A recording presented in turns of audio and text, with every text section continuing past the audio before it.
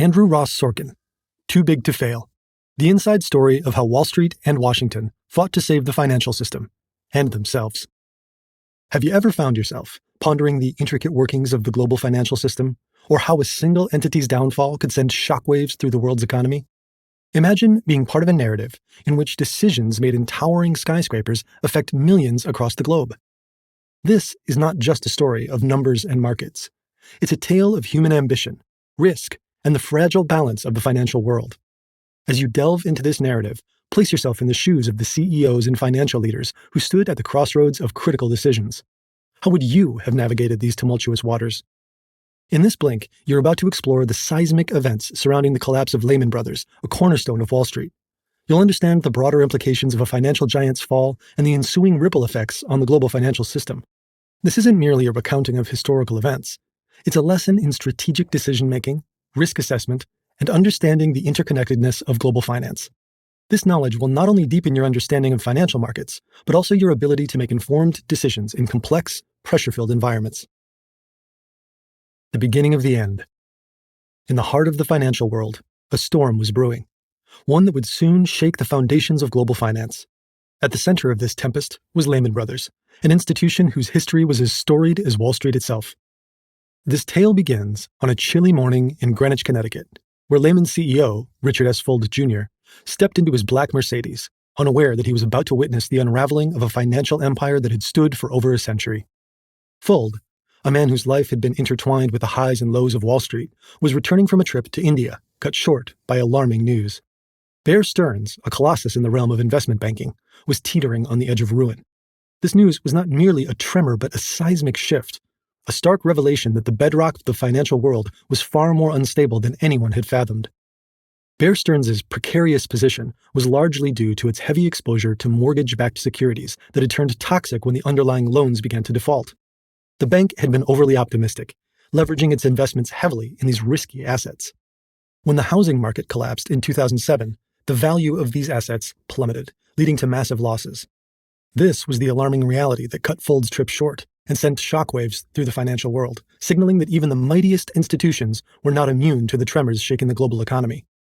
As Fuld's car wound its way toward Manhattan, he reflected on the weekend's events. The shock sale of Bear Stearns for a mere $2 a share to J.P. Morgan Chase, and the Federal Reserve's unprecedented move to open its discount window to investment banks. These were not ordinary times, and Fuld knew that Lehman, as the smallest of the Big Four, was particularly vulnerable. The situation at Lehman was dire, primarily due to its heavy investment in subprime mortgages. The housing market collapse had left Lehman with a portfolio full of toxic assets, significantly devaluing its stock and eroding investor confidence. Additionally, Lehman had a high leverage ratio, meaning it had borrowed heavily relative to its equity, putting it at greater risk in the volatile market. With its stock plummeting, Lehman faced a liquidity crisis, as rumors spread that major banks were halting trades with them. This erosion of trust further escalated the crisis, as Lehman struggled to find buyers for its assets or secure loans to bolster its finances. The specter of 1929 loomed large as Fuld and his team grappled with a rapidly deteriorating situation, one in which every decision could mean the difference between survival and collapse. Lehman's plight was not just the story of a single institution, but a symbol of a wider crisis that threatened the very heart of the global financial system. It was a crisis born out of years of unchecked optimism, when the pursuit of profit overshadowed the fundamentals of sound banking. As the crisis unfolded, it became clear that the rules of the game had changed and that Lehman Brothers, once a symbol of Wall Street's might, was now on the edge of an abyss. This story is not just about the fall of a financial giant, but also about the people behind it, their hopes, their fears, and the choices they made in the face of an unprecedented crisis. It's a tale that serves as a stark reminder of the fragility of our financial systems and the human cost of economic hubris. And as Lehman teetered on the brink, it became a symbol of an era of excess that was coming to a dramatic and tumultuous end. Geithner's crisis navigation. As the wheels of the financial world continued to spin in the wake of the Bear Stearns crisis, a new chapter unfolded, marked by the frenetic pace and high-stakes decisions of those at the helm of America's financial institutions. This chapter of the saga centers on Timothy F. Geithner, the young, unflappable president of the New York Federal Reserve. In the spring of 2008, Geithner found himself at the epicenter of a financial upheaval. The collapse of Bear Stearns had sent shockwaves through the markets, prompting urgent action from the Federal Reserve and Treasury. As Geithner prepared to face the Senate Banking Committee, he was tasked with justifying the Federal Reserve's extraordinary measures to prevent Bear Stearns' collapse. This intervention involved facilitating a fire sale acquisition by J.P. Morgan Chase, backed by a $30 billion loan from the Federal Reserve, to avert a systemic financial crisis. Geithner's challenge was to convincingly argue that this controversial but critical step had been necessary to prevent broader economic fallout, as Bear Stearns' failure threatened to destabilize the interconnected global financial system. As Geithner prepared to face the Senate, he was acutely aware of the criticism and skepticism he would encounter. The intervention in Bear Stearns had raised eyebrows and sparked debates about moral hazard, the notion that rescuing financial institutions from the consequences of their risky behavior might encourage more of the same in the future. Yet for Geithner, the stakes were clear. The health of the entire financial system and, by extension, the economy, hung in the balance. The hearings were a major test for Geithner. He faced tough questions and skepticism, but held his ground, articulating his belief that the failure to act would have had catastrophic consequences for the economy.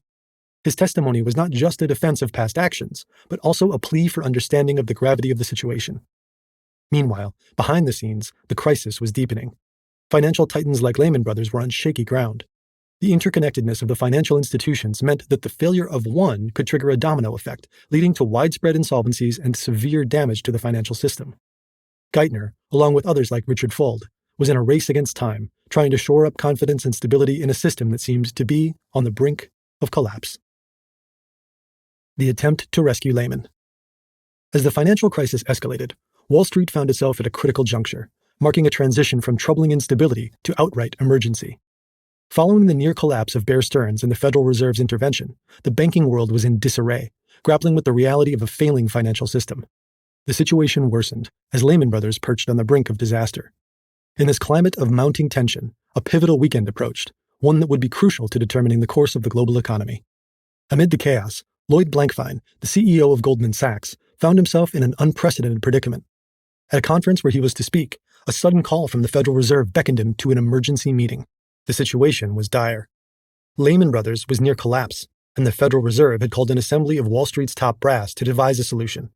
Blankfein's presence at this meeting was not just necessary, it was critical. As he navigated the complex dynamics of the gathering, his decisions and insights would carry immense weight. At the heart of these frantic hours was Hank Paulson, the U.S. Treasury Secretary. A former CEO of Goldman Sachs, Paulson was acutely aware of the gravity of the situation. He was orchestrating a meeting that would not only decide the fate of Lehman Brothers, but could also set a precedent for the future of the financial system. Paulson's strategy was clear: to push for a private market solution without government bailouts. His firm stance on this issue was a reflection of both his personal beliefs and the political realities of the time. The meeting at the New York Federal Reserve was more than just a gathering of financial leaders. It was a crucible in which the future of Wall Street was being forged. In the grand, fortress-like building of the New York Fed, decisions were made that would ripple across the global economy. It was here, in this epicenter of financial power, that the CEOs of the largest banks came together in an unprecedented effort to save Lehman Brothers, and by extension, the financial system. As the CEOs huddled in the historic boardroom, the air was thick with tension and the weight of responsibility. They were asked to assist in financing a deal to save Lehman, a proposition that was met with skepticism and reluctance. The idea of aiding a rival, and in the process possibly weakening their own institutions, was a bitter pill to swallow. Yet the alternative, the collapse of Lehman, posed an even greater threat to the financial system. Ultimately, even when it seemed they were on the way to reaching a solution, the collective effort fell short. Despite the bankers' attempts, external factors, notably regulatory obstacles from British authorities, derailed the rescue plan. This development sent shockwaves through the room as they confronted the harsh reality that Lehman Brothers, a stalwart of Wall Street, was doomed to bankruptcy. This weekend was a defining moment in the history of Wall Street. It was a time when the biggest names in finance came together not as competitors, but as would-be collaborators in a bid to save an institution whose failure had the potential for catastrophic consequences. The decisions made during these crucial hours would leave an indelible mark on the financial landscape, reshaping it in ways that were both profound and lasting. Lehman's catastrophic collapse. In the immediate wake of Lehman's collapse, the repercussions were swift and severe. The once indomitable Wall Street behemoth's downfall reverberated across the globe, sending markets into a tailspin. Lehman's bankruptcy, the largest in U.S. history, marked a pivotal moment in the financial crisis, underscoring the vulnerability of even the most established financial institutions. The specifics of Lehman's demise were stark. Over-leveraged with risky investments, particularly in the subprime mortgage market, the firm found itself trapped as the housing bubble burst. Lehman's balance sheets were laden with devalued assets, eroding investor confidence and leading to a catastrophic liquidity crisis. The failure to secure a buyer or governmental support in the final hours was the death knell for Lehman, signaling a failure of both corporate strategy and regulatory oversight. Lehman's interconnectedness with other financial institutions meant its collapse had far-reaching implications, triggering a cascade of failures and bailouts. The fall of Lehman Brothers exposed the precariousness of the financial system, revealing deep-rooted issues that extended far beyond a single institution. Key players like CEO Richard Fuld Jr. faced scrutiny. Fuld's leadership, lauded during Lehman's prosperous years, was now questioned.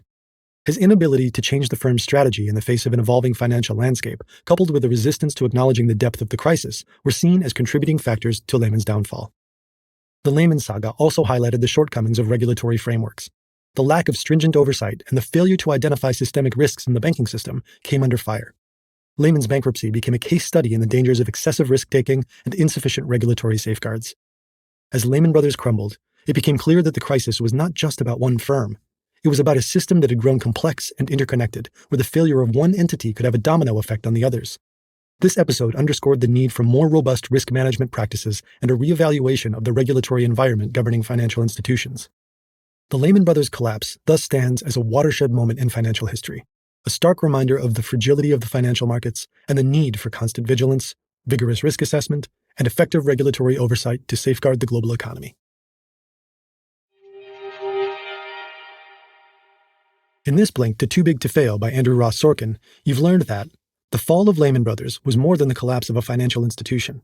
It was a defining moment in global finance, marking the beginning of a profound economic crisis.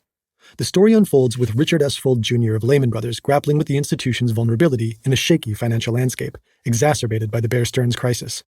As Lehman's situation worsened, Timothy F. Geithner and other financial leaders faced immense pressure to stabilize the system, revealing the interconnectedness and fragility of global finance. The intense negotiations and high-stakes decisions during a pivotal weekend epitomized the complexity of leadership in crisis. Lehman's eventual downfall, despite efforts to avert it, highlights the catastrophic consequences of over-leveraged risks and the lack of stringent regulatory oversight. This narrative underscores the importance of rigorous risk assessment, effective regulatory frameworks, and the need for robust financial leadership to safeguard the economy against such crises.